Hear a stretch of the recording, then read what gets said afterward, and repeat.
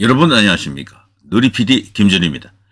자, 우리나라에서 그 직선제 대통령들 노태우 이후를 말하겠죠. 여러 가지 어떤 그 치적들이 다 있습니다. 저는 모든 대통령이 그 나름으로 다 업적을 갖고 있다라고 봐요. 업적의 내용이라든가 업적의 수준이 달라서 그렇지 업적 없는 대통령은 없다라고 이제 확신하는데요. 이건 노무현도 그런 말을 했었죠.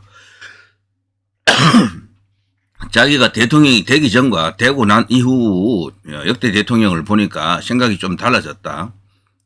자기가 비판했던 그 대통령들도 대통령의 입장에서 생각하니까 참 많은 일을 했다라는 것을 알 수 있었다. 박정희 대통령 같은 사람은 정말 큰 업적을 남겼다 이런 말을 했었죠. 그리고 세계를 다녀보니까 온통 대한민국이 이렇게 잘 살게 된 것은 박정희 대통령을 언급하는 사람이 많았다. 그런 말을 솔직히 했습니다. 그러나 그 반대적 측면, 소위 이제 저 민주진영이라고 하는 곳에서 대통령이 된 사람들, 김영삼도 거기에 들어갑니다. 김영삼, 김대중, 노무현, 그리고 여기 문재인까지 그들의 업적이 무엇인가라고 보면 그들 진영 안에서는 눈으로 보이는 것만 그 업적이겠느냐. 사실 대한민국을 얼기설기 엮어주고 촘촘하게 엮어낸 것은 바로 민주 세력이다라고 주장합니다. 외형적 성장은 산업화 세력들이 주도했는지 몰라도 그 내부에 촘촘하게 그 내실을 다지고 어쩌고저쩌고 하면서 그야말로 제도를 완성시킨 것은 민주화 세력이다 이런 주장을 하죠. 그래서 그것이 더 가치롭다라고 또 주장합니다. 그들은. 그런데 제가 볼 때는요. 끝없는 논쟁일 뿐입니다. 그건 답도 없을 것 같아요. 그렇지만 저는 개인적으로 산업화 세력이 훨씬 더 큰 업적을 갖고 있다라고 확신하는 사람이죠. 왜 그런가 하면 그 난이도에 있었어요. 산업화에 성공한 것이 훨씬 더 힘들고 고차원인 그 단계입니다. 그야말로 고난도죠. 난이도 지수로 따지면 민주화보다도 이 산업화 성공하는 게 훨씬 어렵습니다.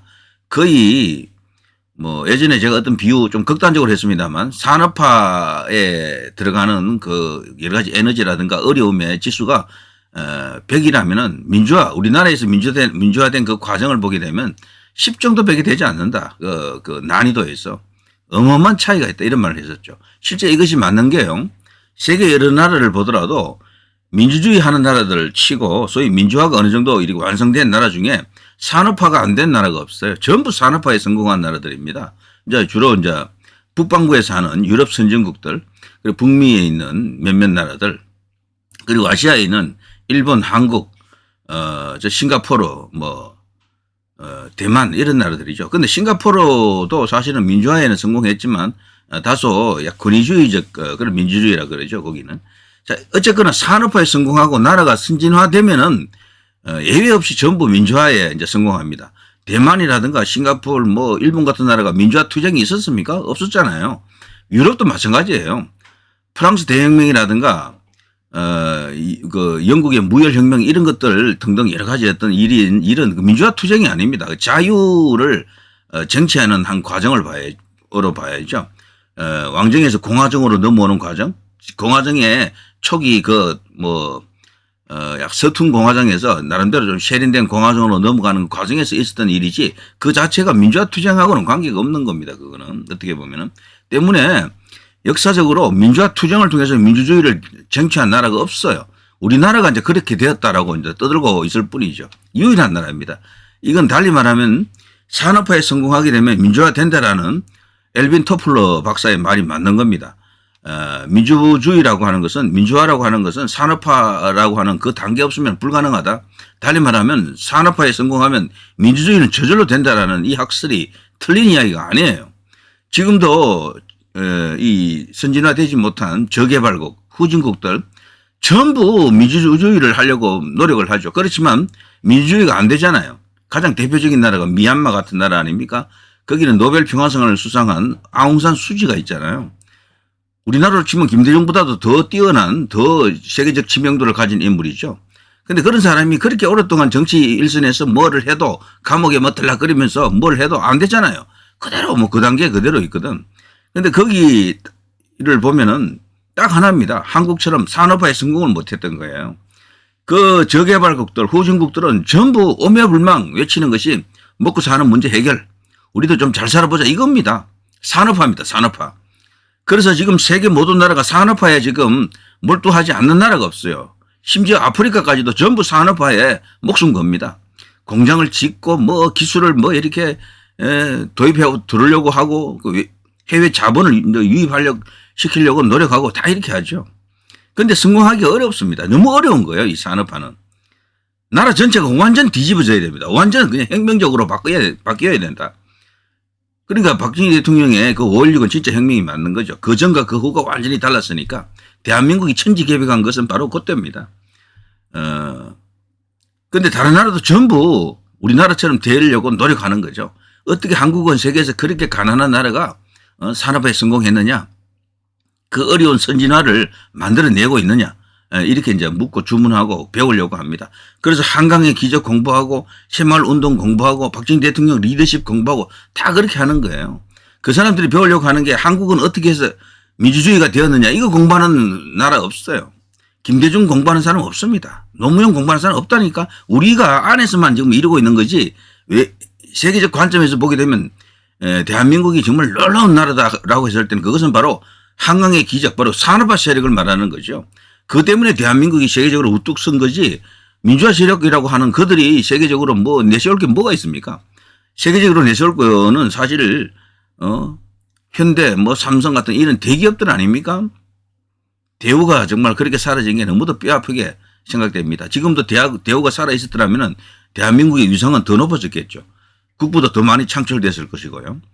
그래서 지금 저런 어떤 그 2차 세계대전 이후에 수없이 많이 그 독립한 신생 독립국들 대한민국만이 사실 성공했다 해도 과언이 아닙니다. 대만이라든가 일본 같은 경우는 우리와 다르잖아요. 일본은 또 뭐 신생 독립국이 아니고 원래 뭐 독립국이었고요. 거기는. 그리고 다른 작은 나라들 도시국가들 이런 나라와는 다르다니까요. 그래서 아주 세계 최극빈국에서 산업화에 성공하고 그 연장선에서 민주화까지도 달성해낸 그리고 선진화까지 지금 거의 다 만들어낸 지구상 유일의 나라다. 이거는 그들과 우리가 다른 이유는 딴 거 없습니다. 산업화에 성공했다 안 했다 이겁니다. 그 못 사는 나라들 극빈국들 그 저개발국들도요. 헌법은 다 갖고 있어요. 그 자유민주주의. 대부분 자유민주주의죠. 미국식 자유민주주의죠. 전부. 헌법을 갖고 있다 그래서 나라가 민주주의 되는 게 절대 아니에요. 그 전부 독재국가 아닙니까? 대부분 저열한 정말 저열한 원시적 어떤 민주주의 수준에 머물고 있거든요. 그거는 딴 거 없습니다. 나라 자체가 발전이 안 돼서 그래요. 산업화에 성공을 못하면은 엘빈 토플러 말처럼 민주주의로 이행하지 못한다. 산업화 성공하면 민주주의는 저절로 온다. 이 말이 정말 우리 교과서에 실어야 됩니다. 이런 말을.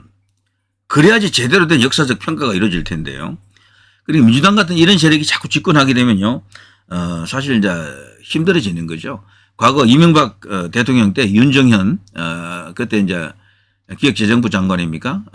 그분이 이야기하더군요. 이제 우리 국민들은 혹독한 대가를 치를 것이다. 민주당을 저렇게 압도적인 의석을 만들어준 혹독한 대가를 치를 것이다. 민주당 같은 저런 정책과 저런 포퓰리즘으로는 우리 경제가 견뎌내지 못한다. 우리 기업들이 앞으로 상당히 큰 어려움을 겪을 것이다. 뭐 이런 예언일 수도 있는 그런 발언을 하던데요. 자, 아무튼 저도 이제 걱정이 됩니다. 우리 국민들이 감성에 휘둘려 가지고 이성적으로 보지 못하는 거예요. 사실 우리나라는요, 일본처럼 일본이 저렇게 세계적인 나라가 된 과정에는 자민당이라고 하는 아주 안정된 정치 세력이 있었기 때문에 거기는 사실 자민당이 계속해서 집권하는 그런 나라 아닙니까? 그 중간에 민주당으로 이제 불리는 세력이 잠깐 집권한 적이 있었죠. 그때 동일본 대지진 등등 해서 뭐 대격변 속에서 뭐 잠깐 집권했던 겁니다. 그렇지만 나머지는 전부 이 자민당이 일당이 이제 계속해서 집권하는 그런 안정된 정치 환경을 갖고 있습니다. 우리나라만큼 이 동북아에서 말이죠. 정치 안정 그리고 권력 이 자체가 안정이 안 된 나라가 없습니다.